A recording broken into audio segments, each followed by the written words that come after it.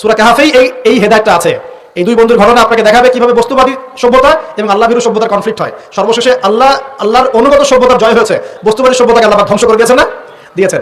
এবং এই ঘটনার পরেই দুনিয়ার জীবনের দৃষ্টান্ত দেওয়া হয়েছে যে দুনিয়ার জীবনটাকে আল্লাহ বলেছেন খেলতামাশা, প্রতারণা ছাড়া কিছুই নয়।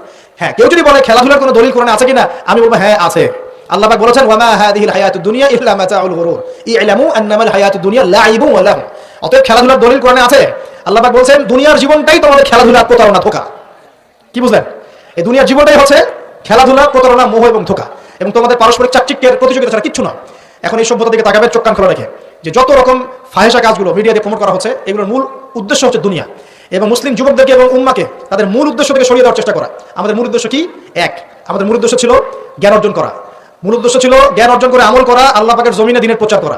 আমাদের পৃথিবীর মূল উদ্দেশ্য ছিল কি? পারিবারিক আদর্শ ঠিক করা, সন্তানদেরকে মানুষ করা, সমাজে কাঠামো ঠিক করা, হালাল খাওয়া, দিনের দাওয়াতি কাজ করা, আল্লাহর জমিনে দিনটাকে প্রচার করা, প্রসার করা, প্রতিষ্ঠার চেষ্টা করা। এগুলো আমাদের মূল উদ্দেশ্য ছিল। এখান থেকে সরিয়ে এনে আমাদের সবার চোখকে এখন বিভিন্ন আমোদ প্রমোদ ফুর্তির দিকে ফোকাস করে রাখা হয়েছে, এবং এর ফলশ্রুতিতে আমরা আমাদের দুনিয়াতে আসার উদ্দেশ্যটা কিন্তু ভুলে গেছে। প্রিয় ভাইরা, সতর্ক থাকবেন। যে বিষয়টা যতটুকু লিমিট আছে, এই লিমিট ক্রস করতে যাবেন। যতটুকু করা জায়েজ আছে এতটুকু করবেন, যেগুলোতে জায়েজ নাই সেগুলো যায় না।